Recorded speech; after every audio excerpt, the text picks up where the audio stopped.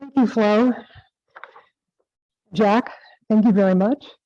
Better get my glasses on so I can tell what the rest of the program is.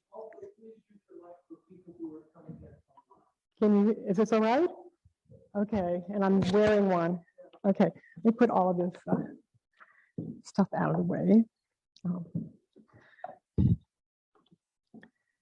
Also want a shout out to all of the Smathers Library folks, Barbara Hood and all the communications folks at the libraries. I mean, everybody's been great. I could thank 500 people from, from Smathers right now for all the work and the help they gave me over many years. Also, Caitlin from the Matheson and Joanna Talbot, who did a wonderful job with publicity for this event. So thank you very much. Okay.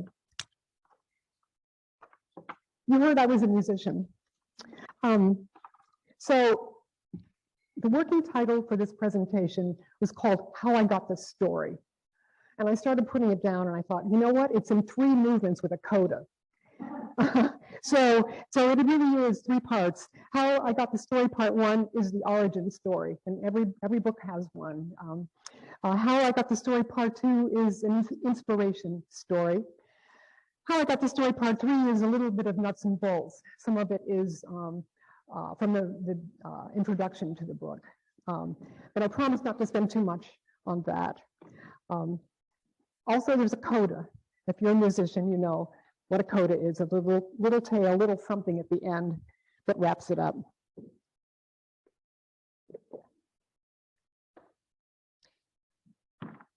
How I Got the Story, part 1.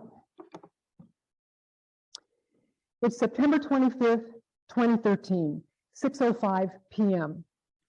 I was sitting in the sunroom of my house in Denton, Texas, reading and marking a student's essay when this email came in from Joanne Bartlett, a friend in nearby Dallas. I came up with a harebrained idea, Joanne wrote. There's no real biography of Marjorie Kinnan Rawlings, a couple of books about relationships, letters, for example. But after rereading her Florida cookbook, I thought that might be a project to interest you. Give me a shout next week. After a quick Google, I replied, Joanne, you're right. I checked and I'm shocked there's no true biography of MKR. Absolutely, it would interest me. It could easily be the next project, so easily. I'll give you a shout next week. So much to talk about. Thank you. I continued marking student essays, but couldn't stop thinking about Joanne's idea. Some notions arrive out of the blue, and you know, however wild or impractical they may be, you must act on them immediately. I put the essays aside and emailed special collections at the University of Florida, which I had discovered rightly held the Marjorie Kinnan Rawlings papers. I sent another note to Joanne. I wrote the archivist that if the coast is clear, meaning no one else is working on biography, I'll dive in. I'll let you know what I hear. 2 days later, I spoke on the phone with Florence Turcotte, the chief archivist for the Rawlings collection. Then I wrote to Joanne. Joanne, Flo Turcotte says, go for it. It's a project just waiting to happen. Come on down, she said. I encourage you to do this. I added, and here are some other things I would have to attend to. First, I've had this wacky notion to leave my job next May, live on less, and become a full-time writer again. Leaving a job means more time to write, no dragging out the book summer after summer, but it also means no university travel or research grants for such a project. So I'll check what's available through the NEH and so forth. And Joanne replied, wowza. Let me see what I can put together for you by way of the foundation. I would really like to see you pursue this and help with the project where I can. All inspired by talking with you about Florida and rereading Marjorie's cookbook. I had met Joanne 3 years before when she and her husband, Dick Bartlett, had hosted me at a retreat in the Davis Mountains, the Texas part of the Southern Rockies. The Bartletts citizen conservationist, retired from successful careers with Mary Kay Cosmetics in Dallas, had established a private foundation to support writers and thinkers, not that they're exclusive, working on projects related to environmental issues. They, with the help of the selection committee, invited one writer/thinker at a time to live in a small house they built in the mountains, adjacent to Dick's large environmental library. I've been awarded a 2-month residency to finish River Music, a book about Louisiana's Atchafalaya River Basin. The first night I was there, Joanne and Dick invited me to dinner at their modest vacation home down the hill. Over martinis, we discovered that Dick, some 15 years ahead of me, had grown up in the same part of Florida where I lived in my teens, on the Atlantic coast, not far from Cape Kennedy. He had attended the University of Florida. I had gone to Florida State. Sorry. We talked about Florida all evening. The beaches, the swamps, even the tacky old tourist attractions. Oh, how we laughed at those. The roadside alligator farms, the fake Seminole villages, the fountain of youth, but a trickle in St. Augustine. Dick, Los Angeles born, tall, distinguished, could not stop howling. Joanne, the oldest of 7 from a Catholic family in Tulsa, and now a long, waxed Catholic with a salty tongue, kept the drinks coming. Sound like Marjorie? When I returned to the library that night, I could not sit still, but roamed about, checking out the titles, and discovered 6 shelves of books about Florida, proof of Dick's passion for what both of us, Yankee transplants, considered our home state. Suddenly, I knew what my next book would be, even though another was still in progress. I sat down right then and began a memoir of growing up in Florida.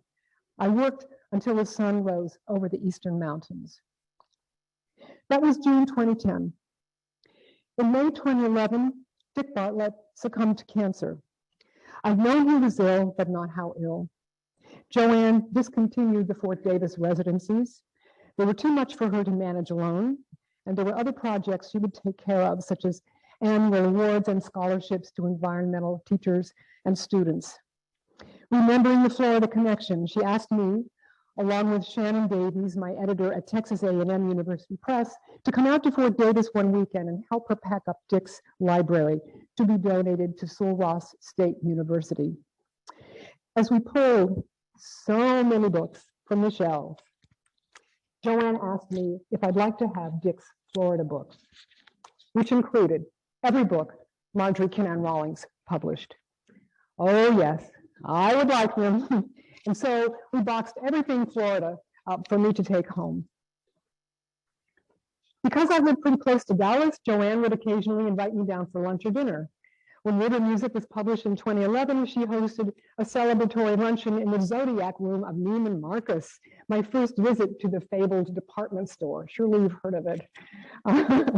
A place which honestly seemed out of character for Joanne, who liked to boast about the deals she got at Ross Dress for Less. When Texas A&M encouraged my proposal for the Florida memoir, we celebrated that too, at a seafood restaurant that served the best lobster I've had outside of Maine. And then came that evening of September 25th, 2013, and Joanne's idea for a Rawlings biography.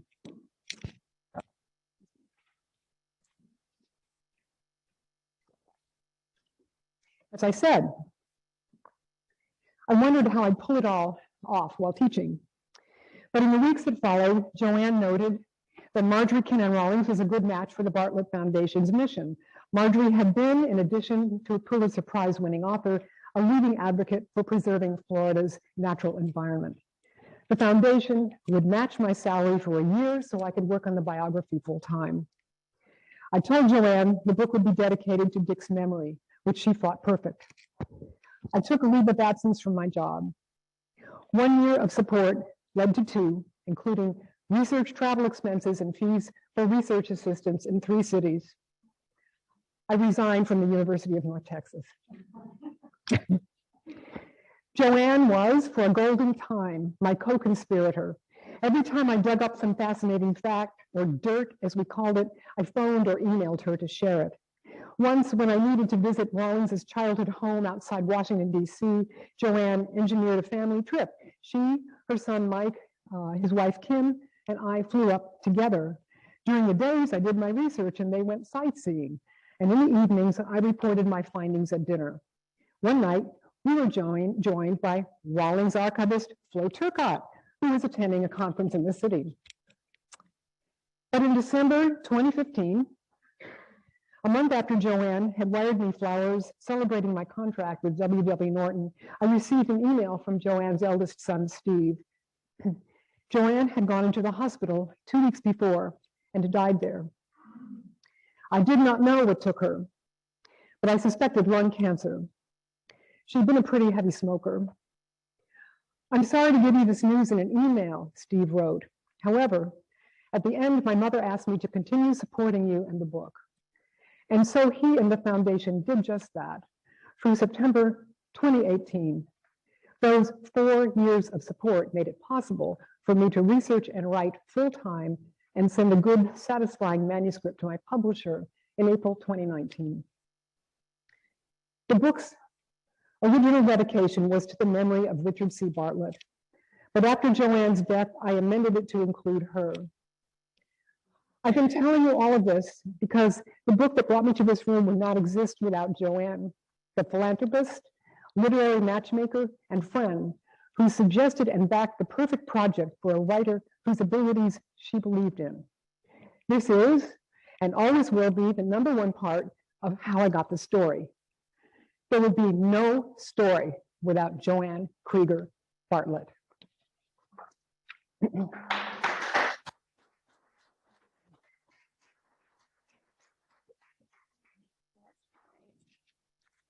Technical difficulties. I think if we could try, maybe if we pinch. At least I didn't cry. Boy. Can we try just pinching and then that?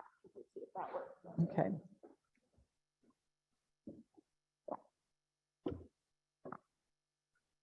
How's this? Shall I just proceed? Okay. How I got the story, part 2. I first heard about Marjorie Kinnan Rawlings from my 4th grade teacher at McNabb Elementary in Pompano Beach, Florida. It was early spring and Mrs. Chapman, a Florida native, decided it was a good time to share Rawlings' best-known novel, The Yearling, with 20 9-year-olds. Every day after lunch, for weeks, she read aloud a few pages, inviting the class to listen for the author's beautiful sentences and the backwoods Florida world they brought to life.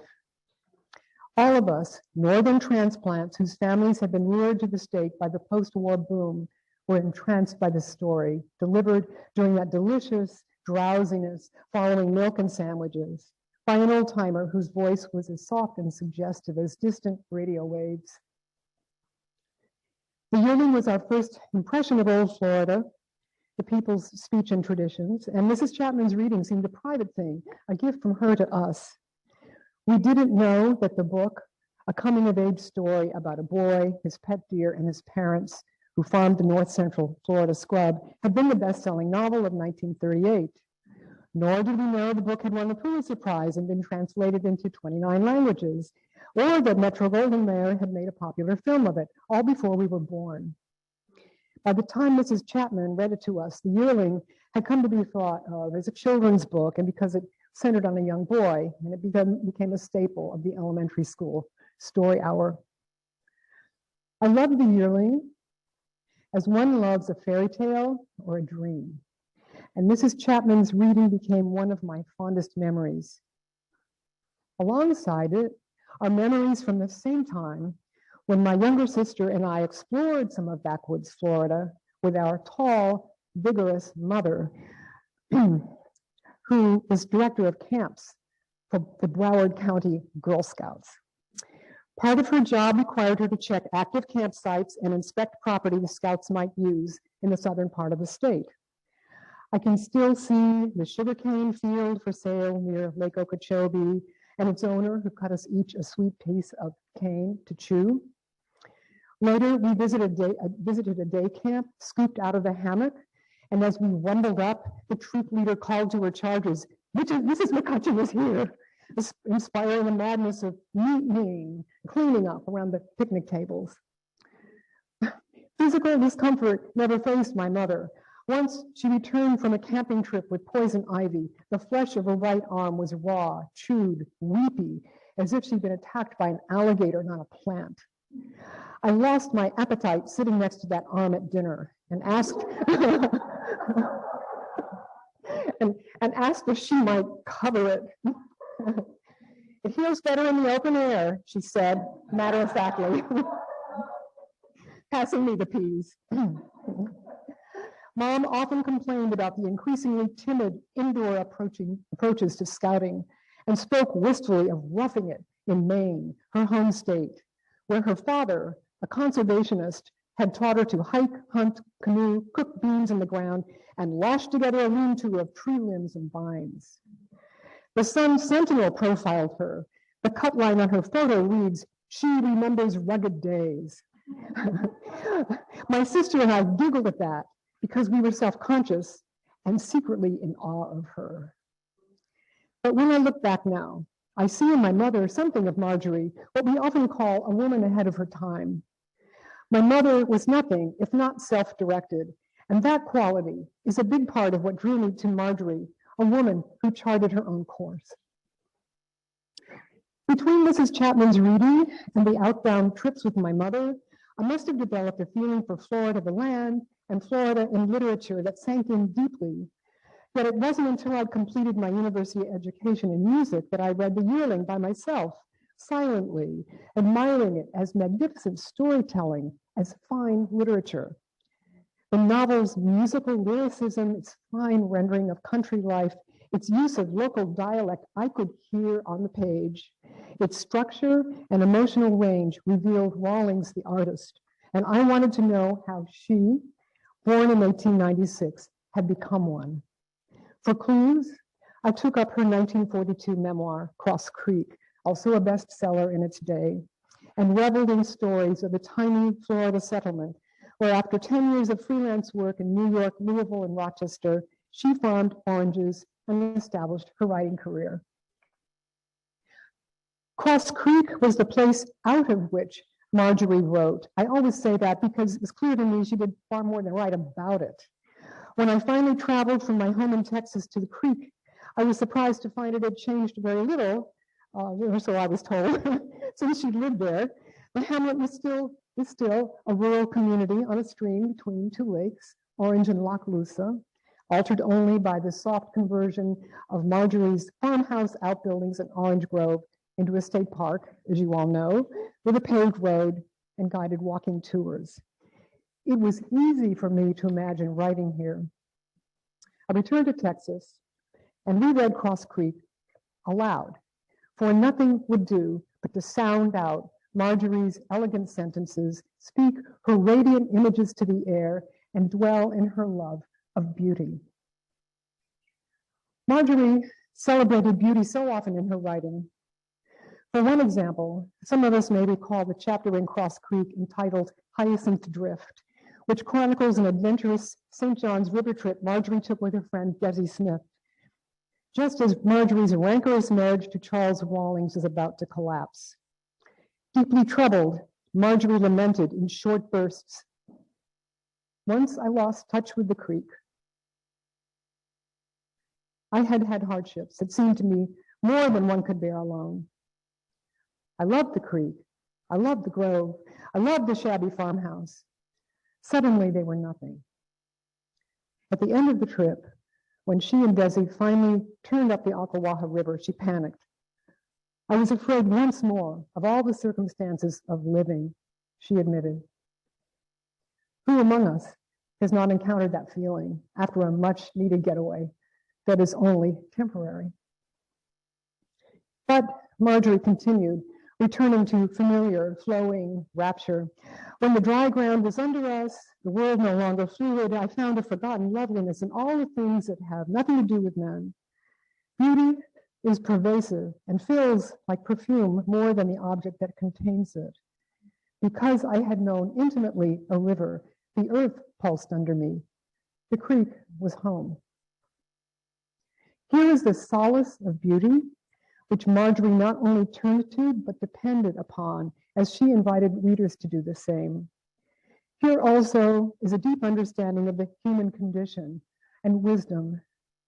Many writers can turn a pleasing phrase, but not all writers are wise. When I spoke Cross Creek to my sunroom, my dogs, my heart, I was in the uttered musical presence of a wise woman. Who was she, I wondered? Where, beyond her two best-known books and Floridian's sentimental tributes to her memory, was evidence of the complex woman Marjorie Kinnan Rawlings must have been?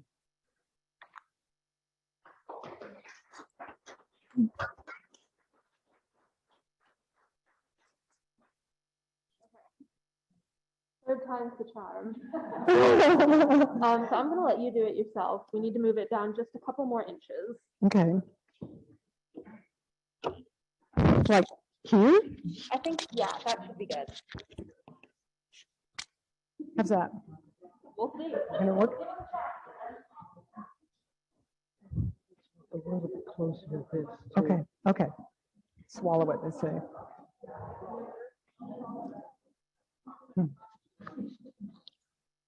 Okay. How I got the story, part 3. In 2014, with the support of Joanne Bartlett, it seemed the only answer would be to pursue a biography of Rawlings. Just one existed. It was more than 25 years old, possibly self-published. I couldn't really figure that one out, with no extensive proof of scholarship. When I contacted Flo Turcotte, I asked if there would be enough material to work with. No problem, it's one-stop shopping here, Flo said. And I quickly learned that the Rawlings archive is many stops shopping because the collection, including letters, manuscripts, news clippings, photographs, and more, is vast, which I found both reassuring and intimidating. Even so, I suspected there were more resources to be discovered, and in time that suspicion proved correct. While I relied on every possible source to create Marjorie's portrait, 2 large bodies of work were critical, and they're right here, right over there. First, the more than 4,000 letters to and from Marjorie and her many friends, lovers, family members, and professional associates offered an extraordinary look into the writer's public, private, and interior lives. Her writings contain descriptions of experiences in the towns and cities she lived in or traveled to, reactions to books, articles, and political developments, encounters with other writers, reports on her uneven health, armchair analyses of pals, acquaintances, and employees, and gossip. Marjorie wrote many letters longhand, and her hand was long, a bold, backhanded scrawl broken by extended dashes. Possibly she scribbled her boldest communiques while drinking, a problem illuminated by her correspondence. Other letters were carefully composed and typed. Some read like set pieces worthy of a literary memoirist or raconteuse, both of which she was. But whether set down by hand or type, her letters are full-voiced, often performative, sometimes irreverent, and from the heart. Her correspondence included Scribner's editor, Maxwell Perkins, her husbands, Charles Rawlings and Norton Baskin, close friends like her publisher's daughter, Julia Scribner, Macmillan book rep, Norman Berg, and writers, including Zora Neale Hurston, Ernest Hemingway, and Sigrid Undset, and more. With all, she shared her creative struggles. Without those letters, it would be impossible to tell how Marjorie got any writing done while running a productive orange grove and after the Pulitzer, leading an increasingly public life. The second significant body of work, Marjorie's 2 autobiographical manuscripts, nearly bookend her Florida years. The first manuscript, Blood of My Blood, is an account of her childhood, youth, and young adulthood, and stops at her mother's death in 1923. Marjorie completed it after moving to Florida, and she entered it unsuccessfully in a novel writing contest. However, Blood of My Blood is more memoir than fiction, featuring her parents, brother, other teachers, relatives, and others true to her life, all properly named, and focuses primarily on Marjorie's difficult relationship with her mother, Ida Kinnan, whose ghost she needed to confront. At the same time, she admitted her own imperfections as a spoiled, manipulative child, understanding that she too was a flawed character. She wrote in the first and third person, dramatizing scenes like the sensational Hearst feature writer she had been, detailing physical surroundings with an observant journalist eye. Settings were geographically and historically grounded, individuals convincingly rendered. Peeling away the passion, the need of this document, one can discern facts useful to a biographer. I incorporated such information as confirmed by research. However, passion itself is helpful. It divulges an author's driving obsessions, and every author has one or more. The second autobiographical manuscript, Cross Creek, is a masterly creative nonfiction chronicle of Marjorie's life at the Creek, a succession of graceful, sometimes humorous narratives describing encounters with friends, neighbors, farmhands, wildlife, weather, flora, fauna. It is a treasury of true people, places, and events, imaginatively and urgently drawn. Besides Marjorie's letters and first-person manuscripts, the various drafts of her work, from juvenilia to stories to the last of her 4 novels, offer a close look at her development as a writer, including themes and character types, such as the desire for home and the pre-adolescent boy. It persisted throughout her career. To some extent, writers reflect who they read. Although Rawlings' library was scattered after her death, one can trace her reading habits in letters. She was interested in so much: literature, politics, history, science, philosophy, biography, the art of writing. She loved Proust and detested Faulkner. She read and reread the Bible, although she was not religious in any conventional sense. She consulted William Bartram's 18th century travels, especially the naturalist's observations of Florida. In the biography, I included her reactions to certain books when they seemed directly connected to writing projects. Also critical to understanding Rawlings are the times in which she lived. Although she aspired to write literary novels and stories, she was an independent woman of limited means to start, and directly after college in 1918, she needed to find a job, any job. She started as a YWCA publicist in New York, which led to a spotty journalism career in 1920s Louisville and Rochester, when women reporters were rare, mostly freelance, and assigned lightweight features for the new women's pages, which suddenly erupted after women got the vote. In this, Marjorie was rewarded for facile storytelling, a natural ability with which she would struggle when writing serious fiction. In the years containing most of her Florida output, 1930 through 1945, she was profoundly a serious writer of that era. During the Great Depression and leading up to World War II, a number of American authors chronicled isolated corners of the country that hadn't been changed by modern life. Some were inspired by the new field of anthropology, marked by studies like Margaret Mead's Coming of Age in Samoa in 1928. This urge teamed with investigative reporting, a practice just a few decades old. Other writers were moved by America's longstanding rural ideal, increasingly worshipped, feared for, or nostalgically mourned in the wake of the Industrial Revolution and World War I. And the Southern literary Renaissance was in full swing. Its proponents, such as Faulkner and Woolf, rejecting romances about the antebellum South and responding instead to Southern culture after the Civil War. Among the Renaissance landmarks was Julia Peterson's Pulitzer Prize for her 1928 novel, Scarlet Sister Mary, published the same year as Coming of Age in Samoa. Scarlet Sister Mary portrays Black folk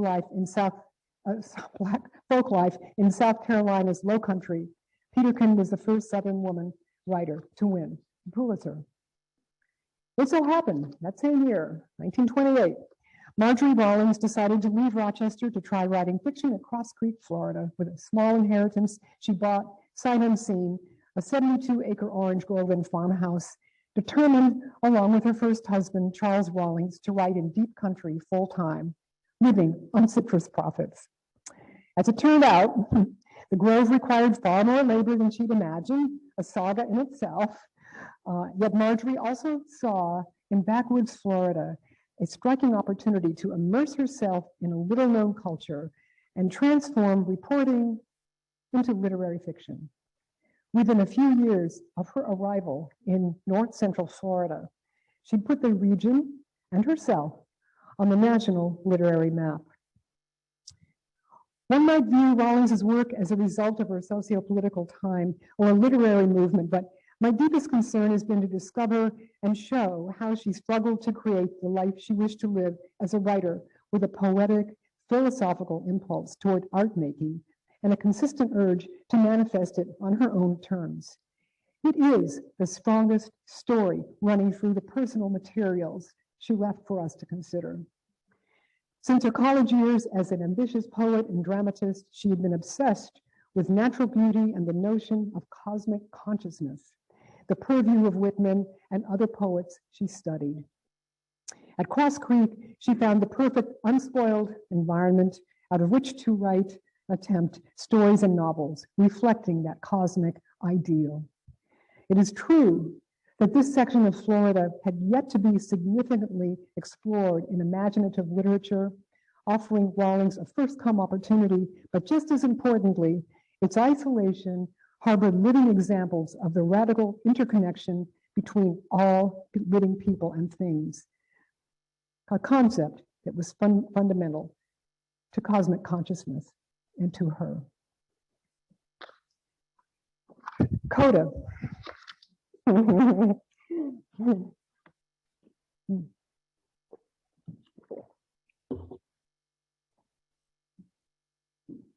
Codas are short. Shorter. Marjorie's literary legacy alone made her worthy of close study and a full biography, but I found ever more to admire, to bring to light, especially for the times we live in now, not so far removed from 1953 when the great author died. Notably, she wrestled with her own racial prejudice following the come to Jesus experience of meeting and befriending Zora Neale Hurston, her literary equal. Much of her transformation is chronicled in correspondence with her husband, Norton Baskin, who was serving in the American Field Service during the height of Marjorie's inner struggles. Intellectually, she saw her problem, yet the seeds of so-called conventional white racism had been planted since childhood. At the Creek, Marjorie had mostly adopted the racial attitudes common in that time and place. Her workers were second-class citizens, needful of management, discipline, and even common sense. Quote, Mrs. Rawlings, kind as she was, never asked her workers to do anything, her perfect maid, Idella Parker, remembered. She told them. She talked at them, not to them. At the same time, Marjorie was considered liberal by her white neighbors. She paid her Black workers more than the going rate, provided more medical, legal, and personal support than was customary. Marjorie's pre-Zora ambivalence is apparent in Black Shadows, a chapter in Cross Creek, in which she highlighted several of what she termed reasonably accurate cliches. But she called these cliches superficial, pointing to the Black population's African heritage, the unspeakably difficult adjustments to slavery, and since Reconstruction, the so-called civilization, as she put it. As she struggled inwardly, she increasingly understood what that so-called civilization meant, and eventually became an outspoken advocate for civil rights. At Florida A&M College in Tallahassee, for example, she was the principal speaker for a two-day celebration honoring the distinguished educator activist Mary McLeod Bethune. That Marjorie was offered the lead role among many Black speakers is notable. Her address is lost to history, but afterward, she wrote to her friend Edith Pope, I am more than ever ashamed of the people who try to hold the Negroes back. Later, as a guest speaker at historically Black Fisk University in Nashville, she stayed at the home of Fisk's president and reported to James Branch Cabell, I was no longer conscious of race or color, but only of individuals. As well, Marjorie was concerned early on about the fate of Florida's natural environment. Mid-1930s correspondence with her hunting companion, Major Otto Lang, an instructor for the University of Florida's ROTC program, suggests their shared despair over the Cross Florida Barge Canal project. Towns along or near the route saw business advantages, while opponents feared heavy environmental losses, particularly to the state's aquifers. Marjorie could expect harm or even ruin at the creek. But ground had been broken as part of President Roosevelt's economic recovery program. The forward-looking American businessmen of the great city of Ocala are smacking their lips, Lang wrote to Marjorie in 1935. Yours for the Rotarians, Kiwanis, Lions, Knights of the Round Table, bigger and better, upward and onward, let joy be unrefined. He went on. Blue Spring, Orange Springs, with Withlacoochee, Ocklawaha, they're going to all be done for. Eventually, as we all know, work on the project finally, after many years, stopped permanently. That fight, led by another great Marjorie, conservationist Marjorie Harris Carr.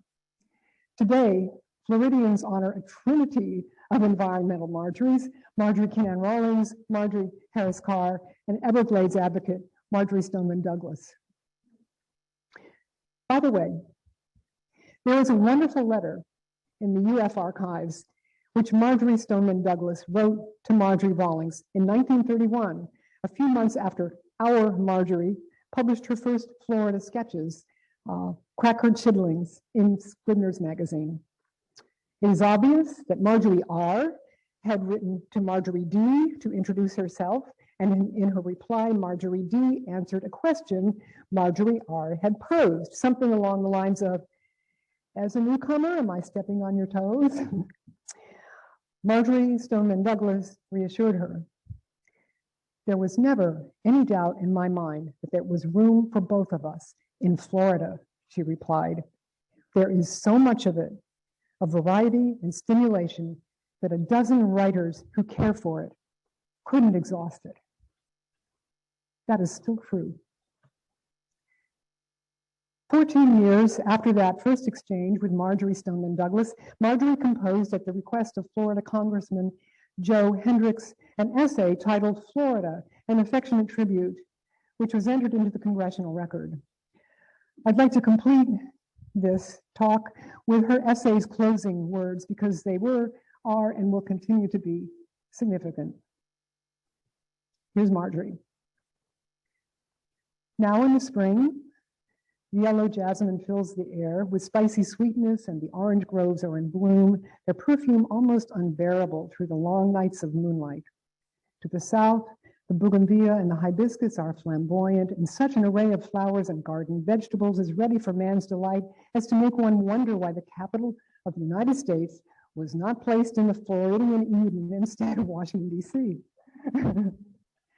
And finally, if human wantonness and human greed have here and there destroyed Arcadia, with the careless cutting and burning of forests, the useless and destructive draining of lands that were refuges for all the wild things, with the erection of billboards and transient camps, if avid purveyors of Florida's great cash crop, the tourist, have a little spoiled the beauty and overcharged the seeker of loveliness, lay the blame fairly where it belongs, as all such things as greed and war and man's general inhumanity to man must be laid on the frailty of human nature and not on Florida, great and gracious tropical queen.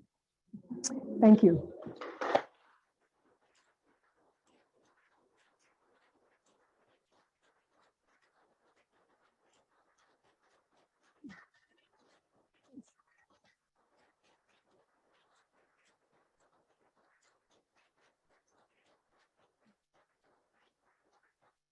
I'm happy to take questions if anybody would like to ask them.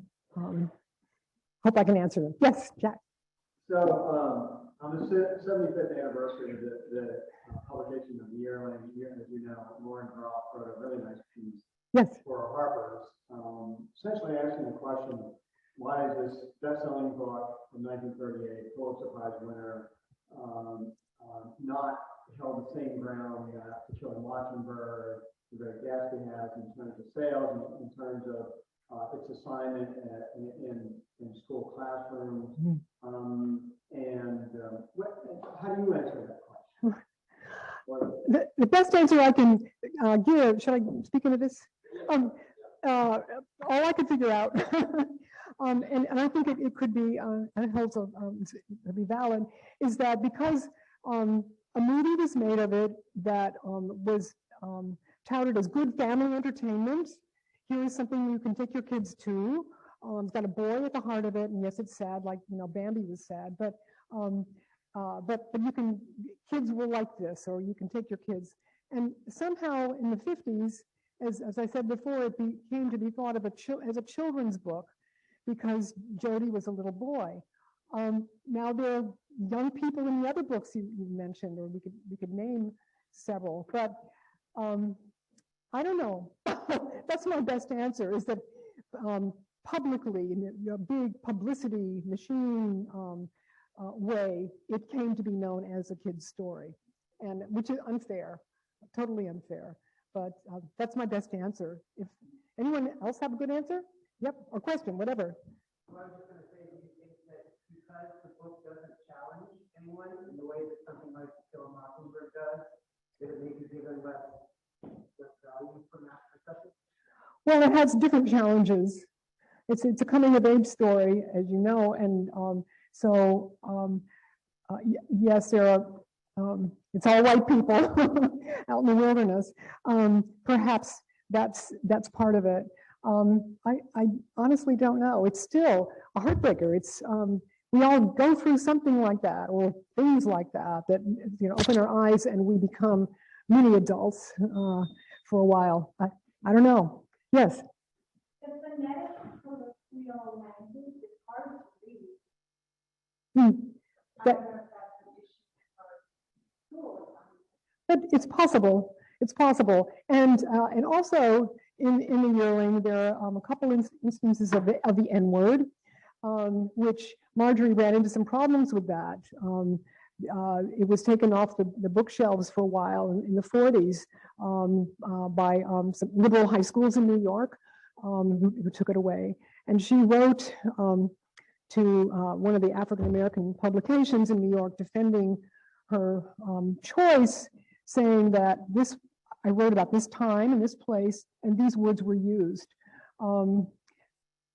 That's hard. It's hard. It was hard. It's still hard. So it could be that alone keeps it off some shelves. We're not at the point where we can say, well, that's the context of the times and so forth. We can't. It's not. We're not ready. That's right. That's right. Yep. Yep. Yes. I love the sojourn. Oh, I do too. I just love it. How much it knows 20 different people. The only place you can get it right now that I know about is from Amazon. And I go through my bookstore in Milan. And the problem with the edition they have is it's printed on demand. They don't have what the book is there. It's printed on demand. And it's misspelled on the cover. And the spell. It's the sojourn. So when I go to my bookstore, I have to say, you realize it's the sojourn you're looking for. There's no way to communicate with these people. I'm unhappy. You should be able to reach out to Amazon and say, straighten up. Straighten up, yeah. I have a sojourner story I can tell. It Flo has heard too many times, but I'm telling it again. I was 2-3 years ago, I was living in Colorado, and I met a friend in Denver actually we went to see Michelle Obama.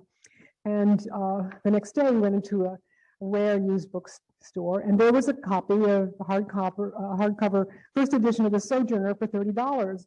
And I went, whoa. So I brought it up to the counter, and I said, and the woman said, well, how come you're interested in this book? And I said, I'm writing a biography of him. And she said, oh, then you'd like to see this. Pulls out early 1950s edition of The Yearling with all the beautiful the illustrations. And it was signed. signed. And so it was $650. And I said, I don't know, I'm a teacher, kind of, and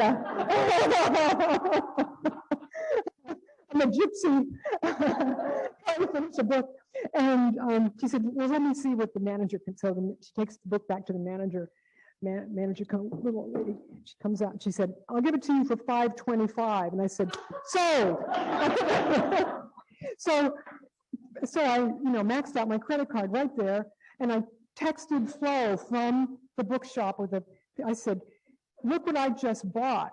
And she texted back, leave it to the University of Florida in your will.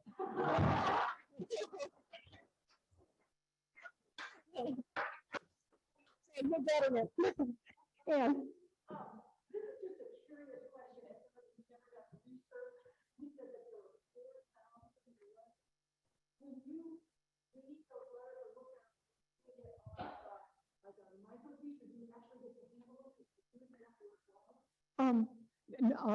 I didn't, yeah, I did handle them. I read them and took notes for a while, then I realized I would, I'd still be working on it if I did that.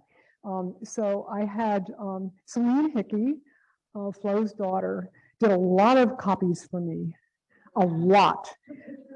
Yeah, she a Xerox machine, a copier. Then I got smart and I started taking my camera in.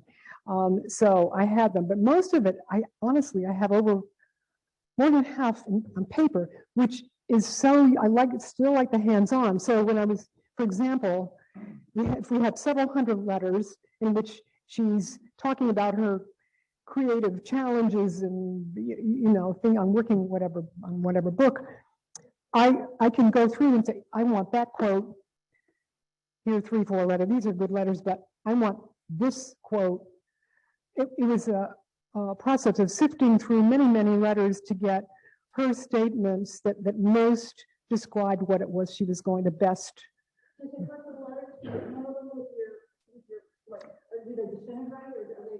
I didn't handle the letters that much. They're in good condition.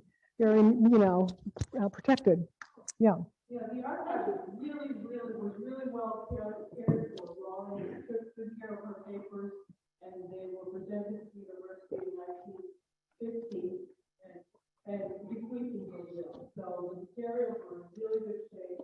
And yes, you can handle them. Each individual letter is placed in a non-acidic archival folder, and each folder is filed chronologically.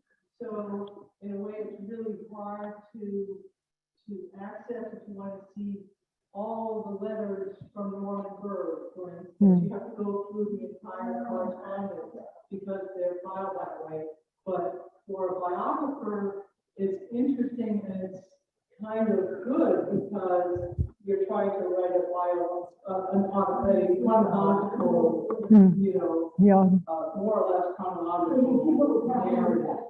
So you kind of get an idea, okay, I'm in 1950 today. Yeah. So working through those materials. I have brochures here about the collection if you want to learn more about the archive. I'm passionate about art. Yes. So I was wondering, just following up with that question, and then the flow just said, with all of the materials that you're reading from different people, how do you organize that into a book? Because you're reading, did you do it chronologically? Yeah, yes and no. Yeah, I tried. I started that way, but then I would. But then I would come to a point. For example, I'm going along. I have some chronology going, and here's Marjorie. There's proof that she's published 3 news articles with the Rochester paper in 1921. There's 3 articles, and I go, okay, I've been a freelance journalist. I know that your stuff doesn't always show up, or the researchers who were trying to find that stuff didn't, dig very deep.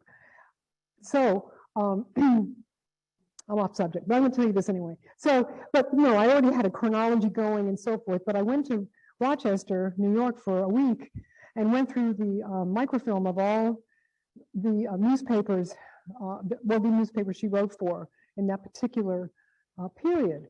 And I thought I would find a year or so. Well, there was a lot of stuff for 3 months, a lot, real, I mean, some of the stories in these news articles ended up being parts of plots in some of her short stories.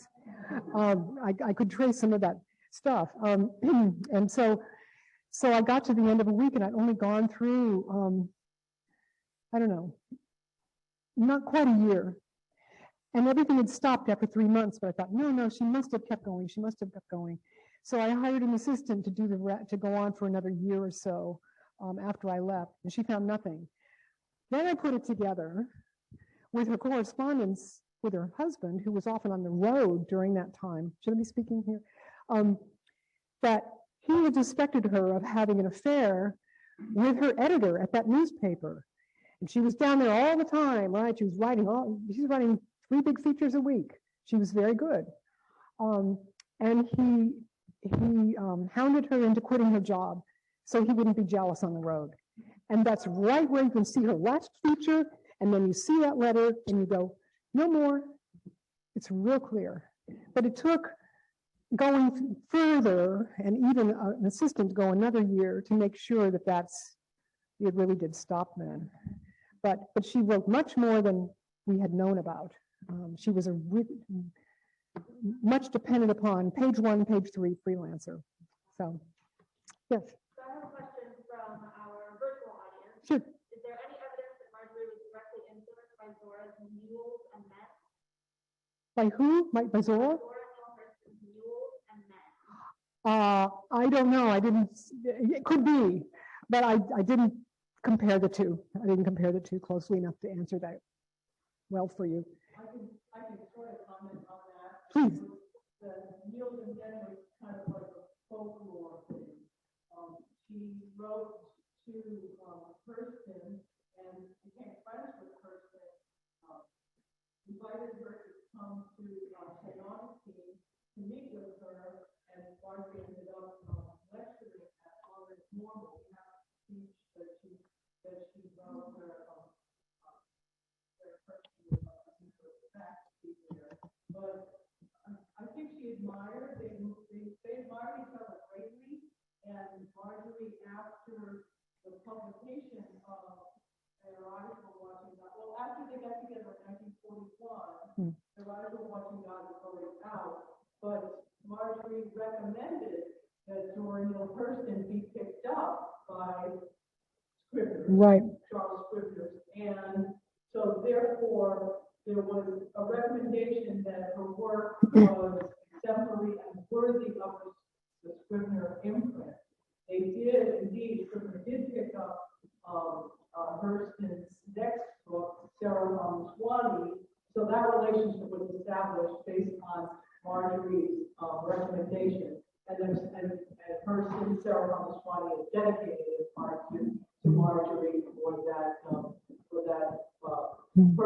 reason, but also at that point, Maxwell Perkins, the editor, passed away in 1947, and therefore that editorial relationship did not continue for Hurston, although it did for Rawlings. She worked with Charles Scribner Jr. and Charles Scribner III after Maxwell. And Burroughs was Mitchell. Yeah. Did I answer the story about the question about chronology, Helen? It is and it isn't.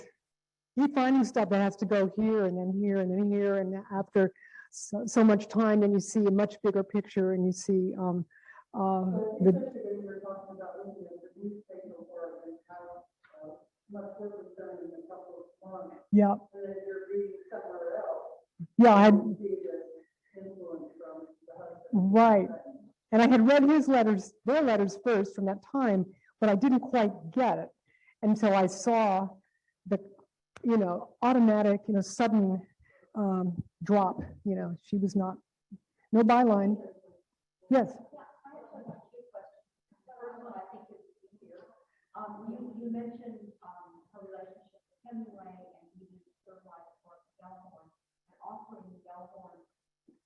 is the farmhouse line. Mhm. Did John Horn actually? I believe so, but I found nothing, no thank you note or, nothing to say that she actually, I assumed she did, but I don't know. Maybe, did she clean up afterwards? I don't know. I don't know. For me, a little more complicated. Both Zora Hurston and Rawlings refer to I believe it was the Tracker dialect and also perhaps vernacular. Yes. Sounded very chocolate-like. Yes. And I've never understood that. I've never seen that. Do you get that? And can you give me an example of it? I can't give you an example right offhand. That was a compliment that Zora gave to our Marjorie, because Marjorie had said it sounds like Chaucer, and it takes me back to that time. So, and Marjorie had studied Chaucer. I didn't have her transcript did not show every author she studied, but Chaucer is on there. So it's reasonable to assume that she was hearing in the that country expressions from an earlier time, which we hear that, or I don't know, I don't consider myself part of the we, but people hear that in Appalachian speech as well. Yeah. Yes. And Hurston said, you have captured the Negro dialect in your world, in your work to Marjorie better than any white author I've ever read. Right. And, Right. That was a great compliment. Yeah. Hurston was the master in print. I Yes. was just going to comment. Here was a woman who was educated in the upper Midwest, who lived most of her life in the Northeast.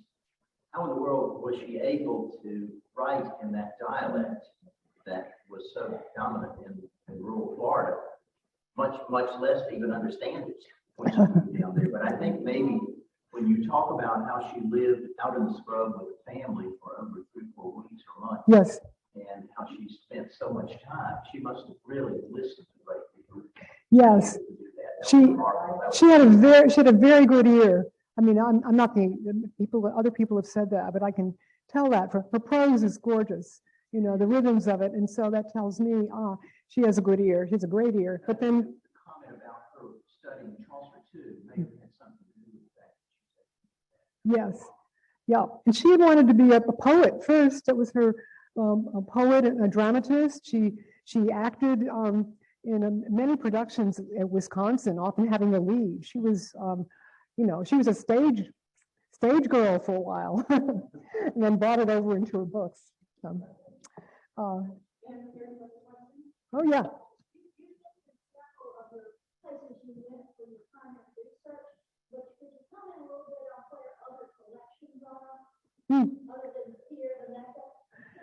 I don't know.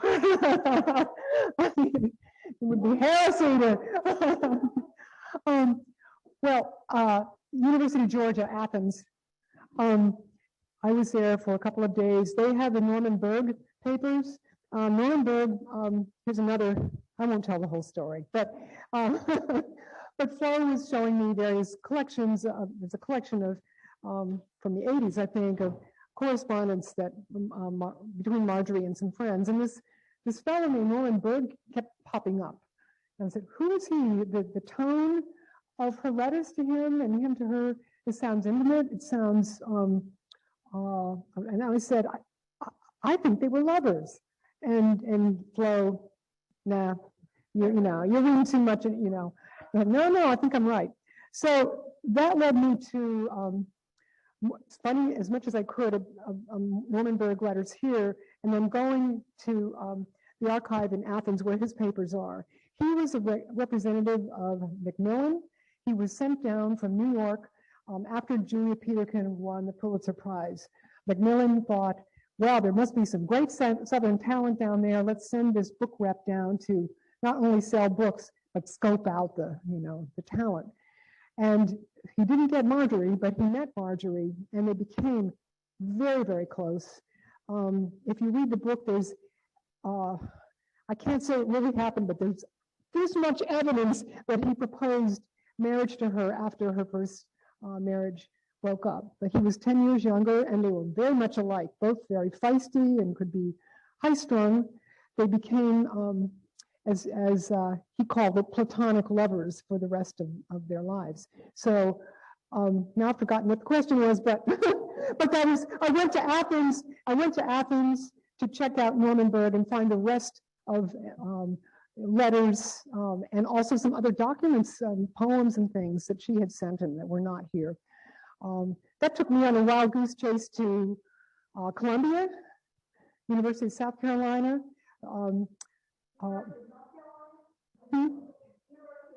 South Carolina. No. There was, I may have called someone there, but I never went there.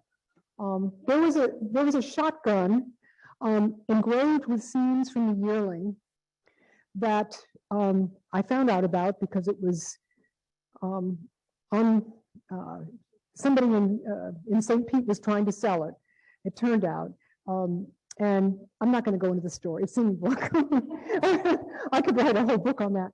Anyhow, I went to the University of South Carolina because a shotgun had wound up there in an archive, and I went to see it.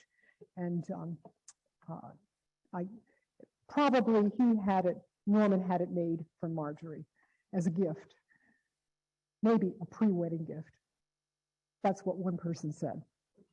So I was there. I saw the shotgun. It's magnificent. Yes. When you talk about how well her writing represented the people, when she would travel with the people and stay with them, would she speak their language with them too, or did she remain in her, Northeastern? I don't know. I don't know. It's common that when you're with people, you will let them speak the same as them. I know. I talk Southern as soon as I come down here. I don't know. Did anyone? Who would have said? Who would have known? I don't know. Yeah. She had such a good ear. She might have slipped into a bit of a drawl to accommodate. I mean, we all do that. We're chameleons, right? So, yes. I would argue that when she's writing The Yearling, she's only living in Florida when she starts writing, like 6, 7, 8 years, Right. Perhaps. Not only does she have this marvelous ear for vernacular, but she has this really remarkable understanding of Florida nature. I mean, how she describes it in The Yearling is just phenomenal. Yes. But not only that, she really understands the Cracker Floridian's relationship with the natural world, and she describes it in great detail. So this is a woman who not only had a great ear, but a sharp eye. Yes. And obviously immersed herself deeply in the local culture. One that was significantly foreign to her, but exotic in some way, I imagine, which made it even more interesting for her to interact with it on the level of the locals.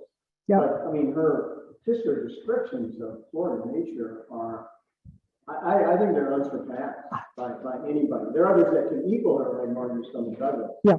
But nobody exceeds her knowledge and understanding. Thank you for saying Would that. you agree? Yes. Yeah. I think really interestingly, she used the cracker terms for things like we're always looking at like tie or TT or whatever now in my Ireland, but she would refer to the bird, to Dory, the bird, what bird? A towing. The crackers called a towing, a Jordan. So she would write that. That was in The Yearling. So she not only learned the real words or the taxonomy of plants and animals, but she also learned the words that were commonly referred to these different plants and animals by the Cracker people. So totally immersive. She was probably thinking of that as well.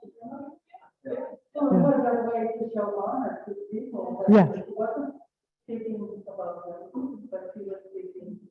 They still are. Yeah.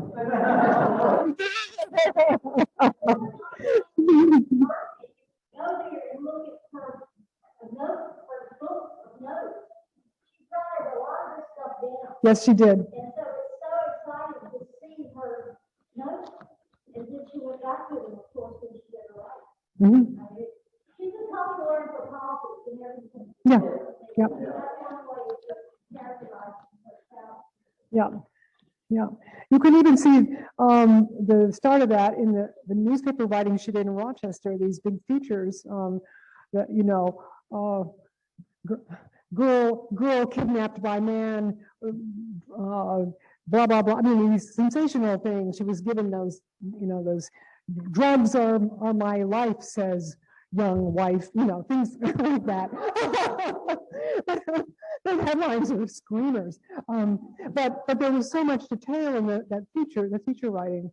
And anyone who's been in journalism knows that is it's a practice. It's a practice to get all the details down as much as you can and then choose the best, among the best. Yeah. So, yes.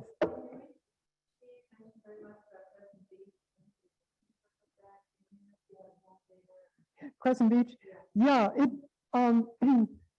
she didn't write about it a lot because sometime after it was she bought it to get away from Cross Creek because so many people were pursuing her at Cross Creek. The tourists, and after The Yearling came out and in the film and so forth, she was besieged. So she had Crescent Beach as a getaway. But then she had to get further away, and she started going to North Carolina and eventually bought that house in Van Hornsville, New York, which was after the lawsuit, which I have not mentioned. We don't have that much time. But she had to get out of Florida for many reasons. But she enjoyed it. I think Norton renovated it for her pleasure at some point. I think it was after she went to Van Hornsville, right?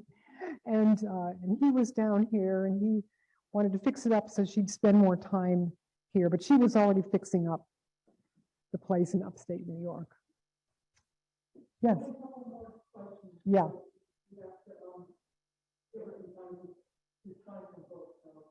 I was just curious if you read J.T. Brooklyn's book on the creek and if you found it in New York. Oh yeah, I did, and I used that book. There are a couple of quotes, and I interviewed him. Lucky enough to get in. Yes, it's wonderful, wonderful. Yes. Archie Carr and Ross Allen both arrived in the 1930s, and obviously they were colonists. Did she have any direct connections with those two families? Ross Allen for sure. They were in touch. Yep. Yeah, and she went out snake hunting with him once. Marjorie would do anything once. One of the things I like about her. She wasn't man enough to get that snake into the box. No, she wasn't. Thank you. That's important detail. So if there's nothing else, shall we adjourn? And I mean, I'm so glad you're here. Thank you so much.